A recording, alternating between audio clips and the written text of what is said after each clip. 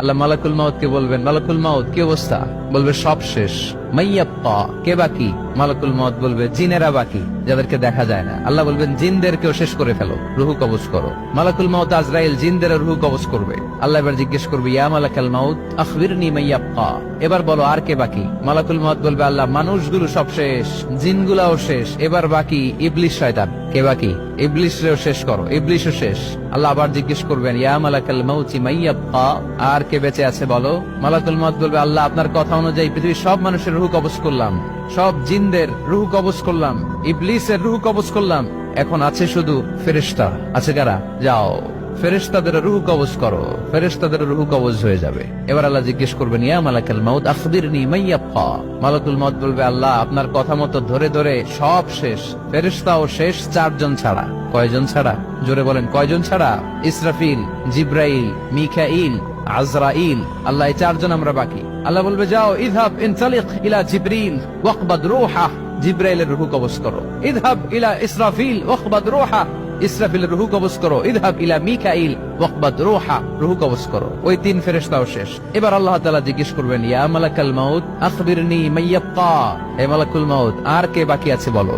মালাকুল মাউত বলবে, আল্লাহ আপনার কথা মতো মানুষগুলো শেষ, জিনগুলো শেষ, ইবলিস শেষ, আমার বাকি 3 ভাই ইসরাফিল, মিকাইল, জিব্রাইলও শেষ, শুধু আমি, শুধু আমি। আল্লাহ বলবেন, কেউ নাই?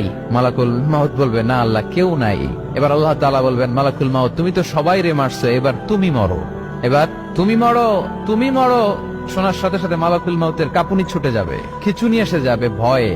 আল্লাহ বলবেন, কাঁপুনি দিয়ে তো লাভ নাই, কারণ কুল্লু নাফসিন যায়িকাতুল। রব্বুল আলামিন বলবেন, মালাকুল মাউত কেঁদো না, এটাই দুনিয়ার বিধান, আমি আল্লাহর দেয়া বিধান, এটাই, জন্মালেই মরতে হয়। যাও, জান্নাত জাহান্নামের মাঝখানে একটা জায়গা আছে, জায়গাটার নাম হলো আরাফ। এই আরাফের মধ্যখানে যে দাঁড়া, ওখানে যে মালাকুল মাউত কাঁপতে থাকবে।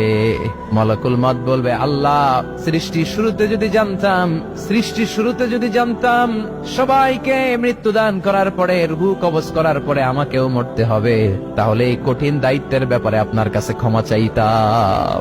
আজকে আমারও যে ভাগ্য বরণ করে নিতে হবে সৃষ্টির শুরুতে, আমি এটা কল্পনাই করতে পারি নাই। আল্লাহ বলবেন, নো টক, মুত ইয়া মালাকাল মাউত, মর, মরে যা, মুত, মরে যাও। বলার সাথে সাথে মালাকুল মাউত এক বিকট চিৎকার হাঁকিয়ে মরে যাবে। মালাকুল মাউতের চিৎকারটা সেদিন এত ভয়ঙ্কর হবে, বিষ্ণু ইসলাম বলেন, ওই চিৎকারের আওয়াজ যদি পৃথিবীর মানুষেরা কান দিয়ে শুনতে পেত, তাহলে কিয়ামত সংগঠিত হওয়ার জন্য আলাদা করে ইসরাফিলের সিঙ্গার প্রয়োজন হতো না। ওই চিৎকারের আওয়াজে প্রতিটা মানুষ কানের পর্দা ফেটে ওই জায়গায় লাশ হয়ে পড়ে যেত। এবার ডানে বায়ে সামনে পেছনে উপরে নিচে কেউ নাই, একজন ছাড়া। জোরে বলতে হবে, তিনি কে? আল্লাহ তখন পৃথিবীকে একটা ডাক দিবেন, বলবেন, ইয়া দুনিয়া আইনা আনহারুকি, এই পৃথিবী তোর নদীগুলো কোথায়? ইয়া দুনিয়া আইনা আশজারুকি, এই পৃথিবী তোর গাছগুলো কোথায়? বটতলা। ইয়া দুনিয়া আইনাল জিবাল, তোর বড় বড় মাউন্ট এভারেস্ট পাহাড়, আলাস্কা পর্বতমালা, আলপস পর্বতমালা, এগুলো কোথায়? তুর পাহাড় আজকে কোথায়?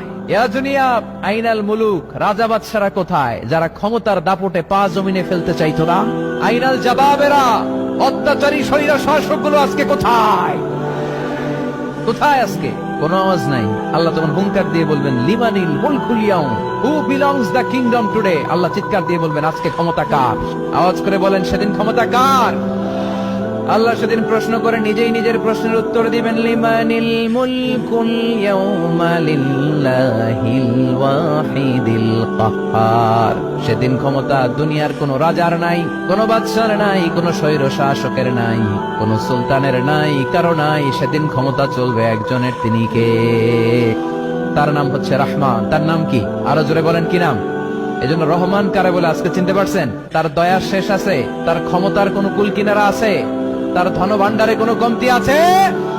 এজন্য লা বিশাইইন মিন নিআমিকা রাব্বানা নুকাযযিবু ফালাকাল হামদ, we don't deny any of your mercy and blessings, all praises to you। আল্লাহ তোমার কোন নিয়ামতকে আমরা অস্বীকার করি না। আল্লাহ প্রথমে ধমক দিয়ে বলছেন, এই মানব জাতি আর জিন জাতি, আমার কোন নিয়ামতকে অস্বীকার করবি? আমরা বলি কোনটাই অস্বীকার করি না। সকল প্রশংসার মালিক একজন, তিনি কে? ইমাম বাইহাকি বলেন, আল্লাহর হাবিব সাল্লাল্লাহু আলাইহি ওয়াসাল্লাম ইরশাদ করেছেন, ইন্না লিকুল্লি শাইইন আরুস ওয়া আরুসুল কুরআনি সূরাতু আর-রাহমান। আলেম ওলামারা বলেন তো আরুস মানে কি? মাশাআল্লাহ, নববধূ। আরুস মানি নতুন বউ, আরুস মানি নতুন বউ, নববধূ। আল্লাহর হাবিব বললেন, লিকুল্লি শাইইন আরুস, সবার একটা করে নববধূ হয়। আর কোরআনের নববধূর নাম সূরা আর-রাহমান। ইন্না লিকুল্লি শাইইন আরুস ওয়া আরুসুল কুরআনি সূরাতু আর রহমান। দুনিয়ার প্রত্যেকের জন্য আল্লাহ একজন করে নববধূ দান করেছেন। আল্লাহর কোরআনেরও একটা নববধূ আছে, এই কোরআনের নববধূর নাম সূরা আর রহমান। কোরআনের নববধূ, কোরআনের নতুন বউ, কোরআনের নতুন বউ। কেন আল্লাহ এত সূরা থাকতে 114টা সূরা থাকতে আর রহমানকে কোরআনের নববধূ বললেন? এর কারণ নববধূ যেমনি বাসর রাতে হাতে পায়ে আলতা মেখে, বেনারসি শাড়ি পরে, জুয়েলারি অর্নামেন্টস পরে, পার্লারিং করে, মেকআপ করে হাজবেন্ডের জন্য নিজেকে উজাড় করে সাজায়, ঠিক তেমনি আল্লাহ তাআলা এই দুনিয়াতে আমাদেরকে কি নেয়ামত দিয়েছেন আর আখিরাতে কি কি নেয়ামত দিবেন, এই বর্ণনা দিয়ে এই সূরাটাকে আল্লাহ উজাড় করে সাজিয়ে দিয়েছেন। এজন্য এই সূরার নাম হচ্ছে আরুস আল কোরআন। কোরআনের নববধূ, সবকিছুর নববধূ আছে। আর কোরআনের নববধূর নাম সবাই বলেন আর রহমান।